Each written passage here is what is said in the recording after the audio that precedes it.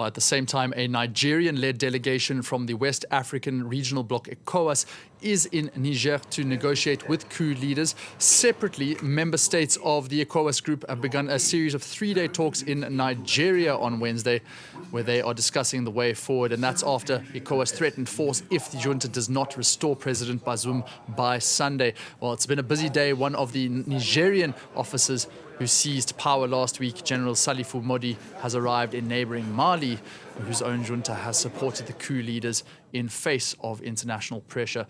Well, the latest news that we have is that Nigeria has cut electricity to Niger following these discussions. And to help us unpack another very turbulent day, I'm joined by international affairs correspondent Philip Turle. Philip, cutting electricity, what kind of effect could that have?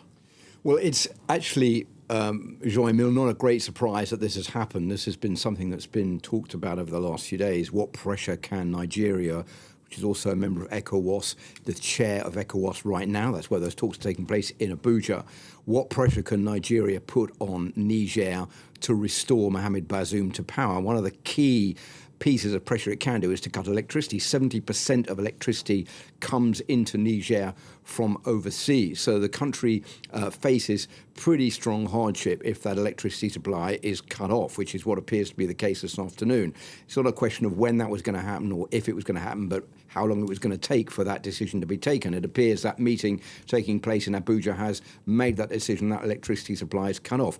Now, what Niger wants to do is to produce its own electricity. It's planning already to do that. It's got an electricity generator already under construction, but that's not going to be ready until 2025. So this is a way of ECOWAS saying, be very careful, we are going to take the necessary steps because we want Mohamed Bazoum to be restored to power. If you think we're bluffing, this is an illustration of the fact we're not bluffing. We're only going to launch a military invasion to try to do that if it's the last straw and we have no other option. But this is going to stack the pressure on you to make the necessary choices and to restore the democratically elected president to power and not to install a putsch regime in the place of the democratically elected government.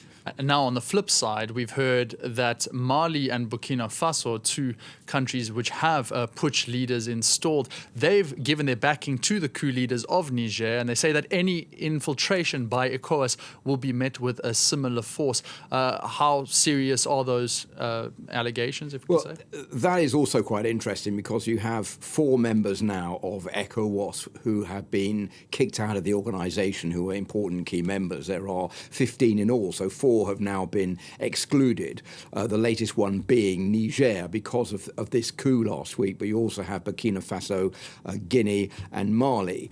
So those 3 countries are saying, well, we support what's going on in Niger, and I think this is for a couple of reasons. The first one is that they don't really have a choice as to not support the fact that there's been a coup in Niger due to the fact that there's also been a coup in their countries and they've been removed from ECOWAS. So it's normal that they would throw their support behind the putschists in Niger as a way of giving them the support because they need the support themselves. And the second reason is that if they find that they don't support what's going on in Niger and the putschists in Niger don't manage to keep a hold of power there, if General Tani, for example, is forced to give back power to Mohamed Bazoum, which is what ECOWAS wants, then that's going to undermine the legitimacy in their eyes of what they're doing in their country. So that explains why I think that they are having a meeting today with one of the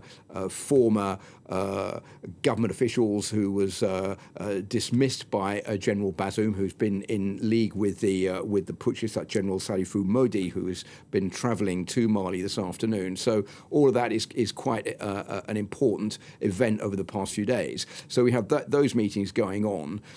Plus, of course, this other meeting, which is taking place at the same time in Niamey, between Abdel Salami Abubakar, the former president of Nigeria, who is a general himself, who's trying to persuade the generals to give back the power to Mohamed Bazoum, saying this is what you need to do because the situation could spiral out of control if you don't.